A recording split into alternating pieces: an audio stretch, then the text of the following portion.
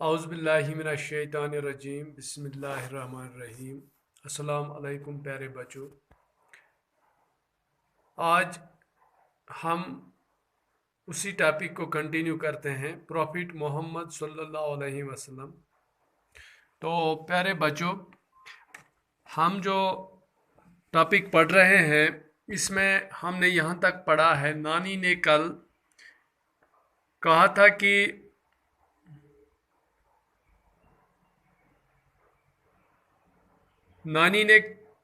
था कि अबू तालिब जो थे वो हज़रत मोहम्मद सल्लल्लाहु अलैहि वसल्लम के ग्रैंड फादर थे।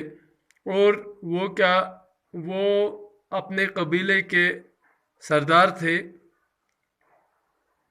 अरब के रिवाज के मुताबिक मोहम्मद सल्लल्लाहु अलैहि वसल्लम को हलीमा, एक औरत यानी हलीमा जिनका नाम था, उसके तहवील में यानी उसकी निगहबानी में, उसकी हिफाजत में दिया गया। और प्रॉफिट मोहम्मद सल्लल्लाहु पीस बी अपॉन हिम तकरीबन 4 साल उनके पास, उनकी कस्टडी में रहे, उनका दूध पिया। उसके बाद उनकी माँ आमिना ने उनको अपने रिलेटिव यानी अपने रिश्तेदारों के यहाँ ले जा रही थी देश। वहाँ पे उन्होंने 1 महीना गुजारा। जब वो वापस आ रहे थे मक्का की जानिब, आमिना जो थी वो बीमार हुई या बीमार पड़ी। उस वक़्त Muhammad peace be upon him was 6 years, यानी मोहम्मद सल्लल्लाहु अलैहि वसल्लम उस वक़्त 6 साल के थे। तो उससे आगे हम आज कंटिन्यू करते हैं। नानी कह रही है, नानी देन जब वो उस वक़्त जब आमीना यानी माँ हज़रत मोहम्मद सल्लल्लाहु अलैहि वसल्लम की गुज़र जाती है, तो उस वक़्त उनकी उम्र तकरीबन 6 साल की होती है। तो 6 साल की तकरीबन उनकी उम्र होती है। देन उसके बाद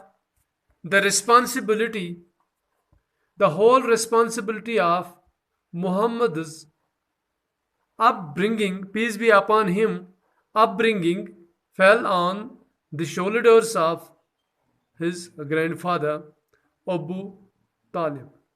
तो जब उनकी माँ जो है वो गुजर जाती है, तो उनके उनकी परवरिश की जिम्मेदारी उनके दादाजी के कंधों पे पड़ जाती है, जिनका नाम था अबू तालिब। यानी माँ के गुजर जाने के बाद मोहम्मद सल्लल्लाहु अलैहि वसल्लम की परवरिश की जो जिम्मेदारी थी वो किस पे पड़ जाती है? उनके दादाजी पर, जिनका नाम था अबू तालिब। However, when Muhammad peace be upon him was 8 years, was 8 यानी 8, his grandfather also died। यानी महज 2 साल के अंदर, अब जब हज़रत मोहम्मद सल्लल्लाहु अलैहि वसल्लम की उम्र 8 साल की थी, तो उनके जो दादाजी थे वो भी गुजर जाते हैं। बट बिफोर हिज डेथ, लेकिन अपनी मौत से पहले, ही left his grandson in the custody of his son. उसने अपने ग्रैंडसन यानी बेटे के बेटे को अपने बेटी के कस्टडी में दे दिया, यानी अपने बेटे की कस्टडी में दे दिया। तो इस हिसाब से वो मोहम्मद सल्लल्लाहु अलैहि वसल्लम के चाचा हुए। यानी but before his death he left his grand son in the custody of his son. उसने अपने ग्रैंड सन यानी अपने बेटे के बेटे को अपने बेटे की हिफाजत में दे दिया, यानी निगहबानी में दे दिया, जिनका नाम था अबू तालिब। यानी दादाजी के मरने के बाद Muhammad peace be upon him अब किसकी हिफाजत में चले गए, किसकी रखवाली में चले गए? अबू तालिब, जो कि उनके चाचा थे। The elder brother of the deceased father of prophet Muhammad सल्लल्लाहु अलैहि वसल्लम, जो कि एल्डर ब्रदर बड़े भाई थे of the deceased father of the prophet Muhammad सल्लल्लाहु अलैहि वसल्लम, यानी प्रॉफिट मोहम्मद सल्लल्लाहु अलैहि वसल्लम के मरहूम वालिद साहब के क्या थे? Elder brother. तो नाउ ऑल द चिल्ड्रन, सब बच्चों ने कहा, did Abu Talib have no children of his own, क्या अबू तालिब के पास अपने बच्चे नहीं थे? कोई भी बच्चा अपना नहीं था। हाँ, ऑल द चिल्ड्रन, तमाम बच्चों ने क्या कहा? क्या Abu Talib did Abu Talib have no children of his own, क्या अबू तालिब के पास कोई अपना बच्चा नहीं था? नानी कहती है, नो नो, नहीं नहीं, he had his own children also, नहीं नहीं, उसके अपने बच्चे भी थे। He had his own children also, but he loved Muhammad peace be upon him like his own child, लेकिन वो मोहम्मद सल्लल्लाहु अलैहि वसल्लम को अपने बच्चों जैसे अपने बच्चों को लाड प्यार मोहब्बत किया करते थे, वो इतना ही पसंद मोहम्मद पीस बी अपॉन को भी करते थे, यानी मोहम्मद सल्लल्लाहु अलैहि वसल्लम को भी करते थे। ही took Muhammad with him on his trade journey to Syria, उसने मोहम्मद सल्लल्लाहु अलैहि वसल्लम को अपने साथ ट्रेड जर्नी यानी तिजारत के लिए कहाँ लिया? टू सीरिया, शाम चले गए। यानी उन्होंने अपने मोहम्मद सल्लल्लाहु अलैहि वसल्लम को अपने साथ कहाँ लिया? शाम। किस लिए लिया? फॉर ट्रेड, यानी बिजनेस के लिए। ठीक है। एट दैट टाइम, उस वक़्त Muhammad peace be upon him was 12, यानी उस वक़्त मोहम्मद सल्लल्लाहु अलैहि वसल्लम की उम्र कितनी थी? 12 साल की थी। तो 12 साल की उनकी उस वक़्त उम्र थी।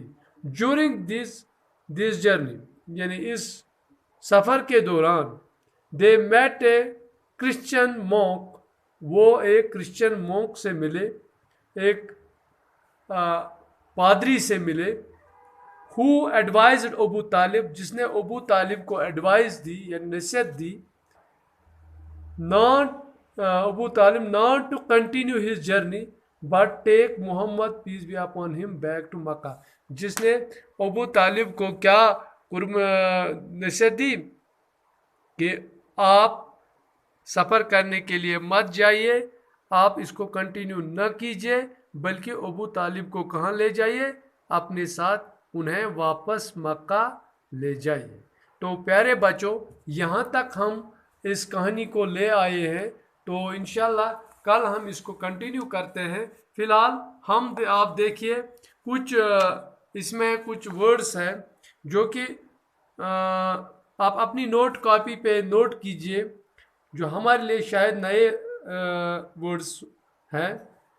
तो यहाँ पे आप देखिए, रेस्पॉन्सिबिलिटी एक लफ्ज़ है, रेस्पॉन्सिबिलिटी, रेस्पॉन्सिबिलिटी का मतलब क्या है? जिम्मेदारी या कफालत, ठीक है। तो अप ब्रिंगिंग, यहाँ पे एक और वर्ड है अप ब्रिंगिंग, ये अपनी नोट कॉपी पे नोट कीजिए। अप ब्रिंगिंग, अप ब्रिंगिंग का मतलब है परवरिश, परवरिश, ठीक है। यहाँ पे एक और वर्ड है शोल्डर्स, शोल्डर्स, तो शोल्डर्स का मतलब है कंधे, ठीक है। तो हाँ, एक और वर्ड है कस्टडी, कस्टडी का मतलब है, शाबाश, मैंने, हिफाजत या निगहबानी या रखवाली, ठीक है। हिफाजत, निगहबानी या रखवाली। तो डिसीज्ड, हाँ, डिसीज्ड, डिसीज मीन्स मरहूम, यानी मरा हुआ, मरहूम या मरा हुआ या गुजरा हुआ, ठीक है। ऊन मीन्स अपना, ठीक है।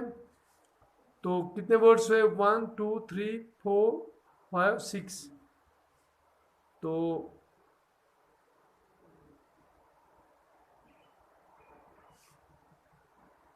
ट्रेड मीन्स तिजारत, जर्नी मीन्स सफ़र, ट्रेड मीन्स तिजारत, जर्नी मीन्स सफ़र, ठीक है। मोक मीन्स पादरी, ठीक है। एडवाइज, एडवाइज मीन्स नसीहत देना, एडवाइज मीन्स नसीहत देना। कंटिन्यू मीन्स जारी रखना, ठीक है। तो बैक मीन्स वापस, ओके। तो माय डियर स्टूडेंट्स, अब आप ये देखिए, यही वर्ड्स मैंने यहाँ पे लिख कर रखे हैं। हाँ, रिस्पॉन्सिबिलिटी मीन्स जिम्मेदारी या कफालत, अप ब्रिंगिंग मीन्स परवरिश, शोल्डर्स मीन्स कंधे पर, एल्डर मीन्स वो शख्स जो उम्र में बड़ा हो, ठीक है। डिसीज्ड मीन्स मरहूम, कस्टडी मीन्स हिफाजत। तो ये कुछ न्यू वर्ड्स है, ये आप नोट कीजिए। Okay, bye.